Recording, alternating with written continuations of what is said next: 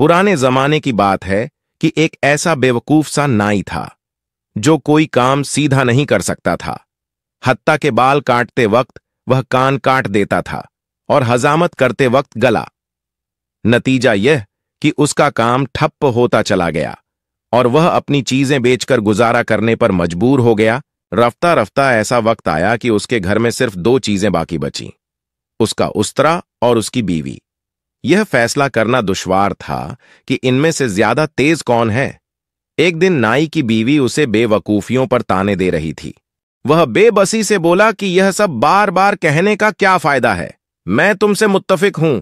मैंने कभी खुद से कुछ नहीं कमाया, मैं कभी खुद से कुछ नहीं कमा सकता और मैं कभी भी किसी को कमाने भी नहीं दूंगा। यह हकीकत है। अगर तुम काम नहीं कर सकते तो भीख मांगो। मैं भूखा नहीं मरना चाहती। बादशाह के महल में जाकर उनसे कुछ मांगो। शहजादी की शादी हो रही है और बादशाह गरीबों में खैरात बांट रहा है। बादशाह से कहो कि तुम्हें भी कुछ दे दें। नाई ने फिर ऐसा ही किया और बादशाह के महल में जाकर उससे कहा कि मुझे कुछ दे दें। कुछ भी? क्या दूं? बादशाह ने पूछा। अब नाई की बीवी ने यह तो नहीं बताया था कि उसे क्या मांगना चाहिए, और नाई का अपना दिमाग भी कुछ भी सोचने से महरूम था। नाई ने परेशान होकर कहा, कुछ भी दे दो, कुछ जमीन दे दूं? बादशाह ने पूछा। नाई की जान में जान आई और वह कुछ भी के मसले से बाहर निकला और बोला, हां, कोई भी जमीन दे दें। बादशाह ने उसे शहर से बाहर एक खाली पड़ी जमीन देने का हुक्म दे दिया। नाई घर वापस पहुंचा तो बीवी ने पूछा, तुम्हें क्या मिला है, जल्दी दो ताकि मैं रोटी खरीद कर लाऊं। नाई ने जमीन का बताया तो वह आग बबूला हो गई और उसे खूब डांटा और बोली, ऐसी गैर आबाद जमीन हमारे किस काम की? नाई बोला, लेकिन जमीन तो जमीन है, वह कहीं नहीं जाएगी और हमारे पास हमेशा रहेगी। बीवी बोली, तुमसे ज्यादा बेवकूफ कोई दूसरा है। ऐसी जमीन का क्या फायदा जिस पर हम काश्त नहीं कर सकते? क्या तुम्हारे पास हल चलाने के लिए बैल है? बीवी ने गुस्से से कहा। नाई मुंह लटकाकर बैठ गया, मगर चालाक बीवी सोचने लगी कि क्या करें। आखिरकार उसने एक मंसूबा बनाया और नाई को लेकर अपनी जमीन पर चली गई। इसके बाद उसने नाई को कहा कि वह भी उसकी नकल करे और खुद गौर से जगह जगह जमीन को देखने लगी। मगर जैसे ही कोई आदमी उनके करीब आता तो वह ऐसे बैठ जाती जैसे कुछ भी ना कर रही हो। उसी जमीन के करीब ही जंगल में 7 चोर रहते थे। वह सारा दिन देखते रहते कि नाई और उसकी बीवी छुप छुप कर जमीन में कुछ तलाश कर रहे हैं। जब शाम ढली, एक चोर नाई के पास आया और उससे पूछने की कोशिश करने लगा कि उसे किस चीज की तलाश है। नाई की बीवी ने पहले तो कुछ देर टाल मटोल किया, गोया फिर थक हार कर कहने लगी, यह जमीन मेरे दादा की है। उन्होंने यहां अशरफियों की 5 देगें दफन की थीं, मगर हमें उनकी सही जगह बताने से पहले ही वह फौत हो गए। अब हम वह देगें तलाश कर रहे हैं। तुम किसी से भी यह बात मत करना, वरना वह देगें तलाश करके ले जाएगा और हम महरूम रह जाएंगे। चोर ने वादा किया कि वह किसी को भी नहीं बताएगा। मगर शाम ढलने, जब नाई और उसकी बीवी घर वापस चले गए तो चोर अपने साथियों को लेकर आया और 7 चोर मिलकर अपने हाथों से हल चला चलाकर खजाना तलाश करने लगे। सुबह तक खेतों की ऐसी हालत हो गई जैसे इसमें 7 मर्तबा हल चला दिया गया हो, मगर इन्हें वहां से कुछ ना मिला। अगली सुबह नाई की बीवी ने सारे खेतों में हल चला देखा तो बहुत खुश हुई। फिर वह बीज उधार लेकर आई और जमीन में बो दिए। हल बहुत ही अच्छा चला था तो फसल भी बहुत ही अच्छी हुई। नाई की बीवी ने तमाम कर्जा चुका दिया और फिर भी इतने पैसे बच गए कि उसने कुछ सोना खरीदा और एक मटके में छुपा दिया। जब चोरों ने यह देखा तो बहुत गुस्सा हुए और फिर वह नाई के घर गए और उससे कहने लगे, हमें फसल में से हमारा हिस्सा दो क्योंकि हमने हल चलाया था। नाई की बीवी हंसी और कहने लगी, मैंने तुम्हें बताया था कि जमीन में सोना है, लेकिन वह तुम्हें नहीं मिला। अब वह सोना घर में एक मटके में छुपाया हुआ है, लेकिन वह तुम्हें नहीं मिलेगा। इस पर चोरों ने कहा, अगर तुम सीधे तरीके से हमारा सोना नहीं दोगे तो हम खुद ले लेंगे। नाई की बीवी ने फिर इनकार किया और चोर वापस चले गए। लेकिन एक चोर घर में छुप गया ताकि रात को अपने साथियों के लिए दरवाजा खोल दे। नाई की बीवी ने अपनी आंख से उसे छुपते देख लिया। नाई चोरों से बहुत डरा हुआ था। उसने अपनी बीवी से पूछा, तुमने सोना कहां छुपाया है? बीवी बोली, ऐसी जगह छुपाया है वह किसी को भी नहीं मिलेगा। दरवाजे के साथ रखें, मटके में मिठाई के नीचे छुपा दिया है। चोर यह सुनकर बहुत खुश हुआ। आधी रात को वह अपनी जगह से निकला और मटका लेकर फरार हो गया। सभी चोर बाहर मिलकर जंगल में पहुंचे और माल तकसीम करने की तैयारी करने लगे। मटका लाने वाला चोर कहने लगा, नाई की बीवी ने बताया था कि सोने के ऊपर मिठाइयां रखी हैं ताकि किसी को शुभा ना हो। पहले मिठाई बांटकर खा लेते हैं, फिर सोना बांटते हैं। जंगल में गुप्त अंधेरा था। चोरों ने मटके में से टटोल टटोल कर मिठाइयां निकाली और खाने को मुंह में डाली। तभी सब थू थू करके थूकने लगे। नाई की बीवी ने मटके में मिठाई के बजाय उपले डालकर रखे थे। चोरों को बहुत गुस्सा आया। अगली सुबह वो नाई के घर पहुंचे और फसल में से अपना हिस्सा मांगने लगे। नाई की बीवी उनकी शक्ल देखकर हंसने लगी। इस पर चोर बोले, तुमने 2 मर्तबा हमें बेवकूफ बना दिया, अब तुम्हारी बारी है। यह कहकर वह तनतनाते हुए चल दिए। जाते जाते एक चोर दोबारा एक कोने में छुप गया और नाई की बीवी ने इस मर्तबा भी उसे छुपते देख लिया। नाई ने परेशान होकर पूछा, तुमने सोना कहां छुपाया है? गद्दे के नीचे तो नहीं छुपा दिया? नाई की बीवी ने उसे तसल्ली दी, मैं इतनी भी बेवकूफ नहीं हूं। सोना महफूज है। मैंने उसे बाहर नीम के दरख्त की ऊंची शाख में एक पोटली में बंद करके छुपा दिया है। चोर यह सुनकर बहुत खुश हुआ।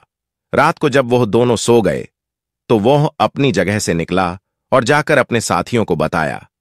सातों चोर नीम के दरख्त के नीचे जमा होकर ऊपर देखने लगे। पर शाख पर एक पोटली बंधी दिखाई दी। चोरों का सरदार बोला, वाकई ऊपर पोटली बांधी हुई है। एक आदमी ऊपर चढ़े और उसे उतार कर लाए। एक चोर ने कमीज उतारी, कसकर धोती बांधी और ऊपर चढ़ने लगा। अब हुआ यह था कि नीम के दरख्त पर शहद की मक्खियों ने एक छत्ता बना रखा था। जब चोर छत्ते के करीब पहुंचा और उसने हाथ आगे बढ़ाया तो शहद की एक मक्खी ने जोर से उसके चेहरे पर डंक मार दिया। चोर ने तकलीफ से परेशान होकर बेसाख्ता अपने चेहरे अपना हाथ मारा। चोर कहीं कि तुम पोटली नीचे उतारने के बजाय उसमें से सोना निकालकर अपनी जेब में भर रहे हो। नीचे खड़े चोर चिल्लाए। अंधेरे की वजह से बाकी सब चोरों को भी यही लगा था। मैं ऐसा कुछ नहीं कर रहा, यहां पर कुछ है जो मुझे चुभ रहा है। दरख्त पर चढ़े चोर ने कहा। उसी वक्त एक दूसरी मक्खी ने भी उसके सीने पर डंक मार दिया। चोर ने सीने पर हाथ मारकर उसे अलग करना चाहा। नीचे खड़े कर चिल्लाने लगे, हमने देख लिया है, तुम सोना छुपा रहे हो। उन्होंने एक दूसरा चोर ऊपर भेजा, मगर अब शहद की मक्खियां फैल चुकी थीं। उन्होंने इस चोर के जिस्म पर भी काटना शुरू कर दिया। वह बेइख्तियार अपने जिस्म पर हाथ मारने लगा। बाकी चारों को बहुत गुस्सा आया और सोचने लगे कि दूसरा चोर भी बेईमान निकला और यह भी सोना छुपा रहा है। फिर सब चोर एक एक कर ऊपर चढ़ने लगे और हर एक के साथ ऐसा ही हुआ। आखिर सरदार की बारी आई। उसने छत्ते को मजबूती से पकड़ा ही था कि वह शाख जिस पर सब खड़े थे वजन बर्दाश्त ना कर सकी और टूट गई और सब नीचे जा गिरे। छत्ता उनके ऊपर गिर गया और मक्खियों इन पर टूट पड़ी। तब सभी चोर जान बचाकर भागे। इसके बाद कई दिनों तक सुकून रहा, क्योंकि चोर इस काबिल ना थे कि चल फिर सकते। नाई और उसकी बीवी सोचने लगे कि शायद चोर अब दोबारा इन्हें तंग नहीं करेंगे, लेकिन यह उनकी गलतफहमी थी। एक रात जब वह कमरे की खिड़की खोलकर सोए हुए थे तो नाई की बीवी की आंख आवाज से खुल गई। चोरों की आवाज पहचानकर उसके होश उड़ गए। उसने सोचा कि अब बचना मुश्किल है, लेकिन उसने हिम्मत ना हारी और नाई का उस्तरा पकड़कर खिड़की के साथ छुपकर खड़ी हो गई। पहले वाले चोर ने आहिस्ता आहिस्ता सिर अंदर किया और अंधेरे कमरे के अंदर झांकने की कोशिश की। नाई की बीवी ने उस्तरे वाला हाथ घुमाया और चोर की नाक पर लगा। खुदाया, मेरी नाक किसी चीज से लगी है। चोर तकलीफ से चिल्लाया। अरे खामोश, तुम सबको जगा दोगे, चुप करके अंदर जाओ। बाकी चोरों ने उसे आहिस्ता आवाज में डांटा। नहीं, मैं नहीं जाऊंगा, मेरी नाक पर कुछ लगा है और दर्द हो रहा है। और फिर दर्द से कराहा। अरे बुजदिल, तुम्हारी नाक खिड़की से टकराकर जख्मी हो गई है और तुम रो पीट रहे हो। मैं अंदर जाता हूं, दूसरे चोर ने कहा और खिड़की की तरफ बढ़ा। जैसे ही उसने सिर अंदर किया, नाई की बीवी ने अपना उस्तरा चला दिया और उसकी नाक भी जख्मी हो गई। खुदाया, अंदर वाकई कोई तेज चीज है, चोर तकलीफ से चीखा। कोई कांच निकली होगी। तुम एक तरफ हो, मैं देखता हूं, तीसरे चोर ने कहा और अपना सिर खिड़की से अंदर डाला। फिर वही हुआ, उसकी नाक भी जख्मी हो गई। कोई तेज चीज है, मुझे तो ऐसा लगा जैसे किसी ने मेरी नाक पर कुछ मारा है। तीसरा चोर पीछे हटते हुए कराहा। बेवकूफों, तुम बुजदिल हो, मुझे अंदर जाने दो। चौथे चोर ने खिड़की में सिर डाला और नाक झकमी करवा बैठा। फिर पांचवें और छठे चोर के साथ भी ऐसा ही हुआ और सरदार की बारी आ गई। साथियों, तुम सब जख्मी हो गए हो। एक आदमी को ठीक रहना चाहिए ताकि वह सब जख्मियों की हिफाजत और तीमारदारी करें। किसी और रात वापस आते हैं, सरदार ने कहा। सब चोर वापस पलट गए। नाई की बीवी ने चिराग जलाया। चंद दिन सुकून से गुजरे। इस किस्से के बाद बू की वजह से कमरे में रहना मुश्किल हो गया। मौसम खूब गर्म हो गया और कमरे के अंदर सोना मुमकिन नहीं रहा। तो नाई और उसकी बीवी ने बाहर सहन में 4 पाइयां बिछा लीं। फिर चंद दिन बाद चोर फिर वापस आए। उन्होंने सोचा कि सोना जरूर नाई की बीवी के पास है, तो इसे ही उठाकर ले जाते हैं। वह दबे कदमों से आगे बढ़े और उसकी चारपाई अपने कंधों पर उठाकर जंगल में अपने ठिकाने की तरफ चल पड़े। कुछ देर बाद नाई की बीवी की आंख खुल गई और यह जानकर दंग रह गई कि चोर उसकी चारपाई उठाकर जंगल की तरफ जा रहे हैं, तो सोचने लगी कि अब मैं कैसे बचूं। कुछ देर बाद चोर थक गए। वह एक घने बरगद के पेड़ के नीचे रुके और मशवरा करने लगे कि कुछ देर यहां रुकते हैं और चारपाई नीचे रखकर कमर सीधी कर लेते हैं। नाई की बीवी ने मौका गनीमत जाना। उसने तकियों के ऊपर चादर ऐसे डाली, कह लगता था कि वह बिस्तर पर ही लेटी है। कुछ देर बाद चोर थक गए।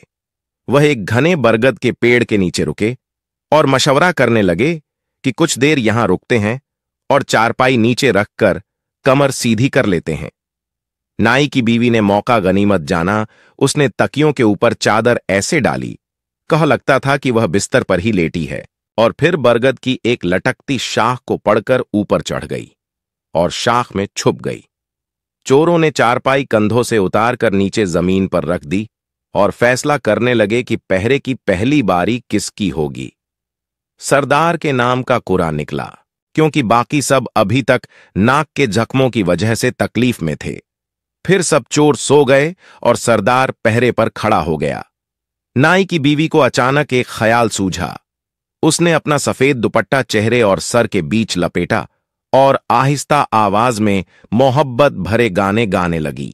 चोरों के सरदार ने ऊपर देखा तो उसे चांदनी में एक खूबसूरत औरत दरख्त पर बैठी दिखाई दी।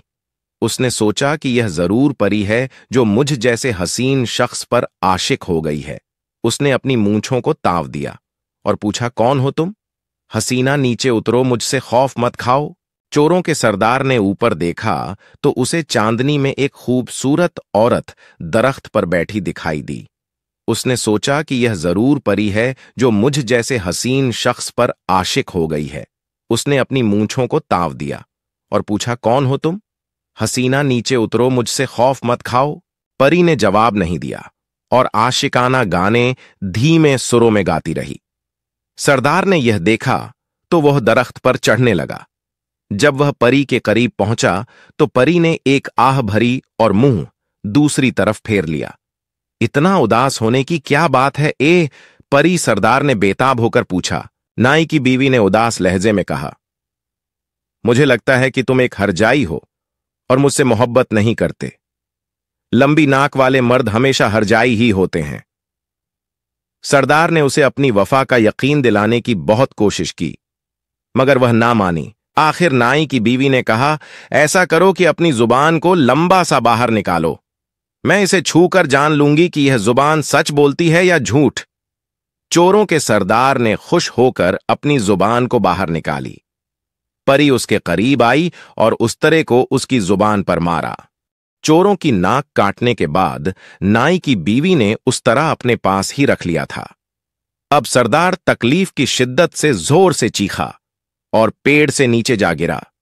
क्या हुआ, दूसरे चोर जाग गए। सरदार ने ऊपर दरख्त की तरफ इशारा करते हुए कहा, लेकिन बोल ना सका। वह दर्द की वजह से बोल नहीं पा रहा है। लगता है सरदार पर जादू हो गया है, दरख्त पर जरूर कोई असरात हैं। चोर घबरा कर बोले। इसी वक्त नाई की बीवी ने अपनी सफेद चादर लहरानी शुरू कर दी और मुंह से खौफनाक आवाज निकालने लगी। चोरों की खौफ से जान निकल गई। उन्होंने बदहवास होकर सरदार को कंधों पर उठाया और अपने घर की तरफ भागने लगे। वह दूर निकल गए तो नाई की बीवी ने भी अपनी चारपाई सर पर उठाई और अपने घर की तरफ वापस चल पड़ी। सरदार की जुबान का दर्द कुछ ठीक हुआ तो उसने मुश्किल से बताया कि उसके साथ क्या हुआ था। चोर अब अपनी नाक और जुबान कटवाकर इस नतीजे पर पहुंच चुके थे कि नाई की चालाक बीवी से मुकाबला करना उनके बस की बात नहीं है। फिर वह बादशाह के पास चले गए और उससे इंसाफ तलब करने लगे, कह वो नाई से उन्हें उनकी मेहनत का मुआवजा दिलवा दे। जब बादशाह ने सारा किस्सा सुना तो उसने चोरों को जेल में डाल दिया और नाई को अपना वजीर आजम बना दिया। बादशाह ने कहा कि जब तक इस नाई के सिर पर इसकी अक्लमंद बीवी का साया सलामत है, यह कोई अहमकाना काम नहीं कर सकता और हमें इसकी बीवी का साथ होते हुए इससे बेहतर वजीर नहीं मिलेगा। इस तरह नाई की बीवी की अक्लमंदी की वजह से उनकी चोरों से भी जान छूट गई और उनके हालात भी बेहतर हो गए।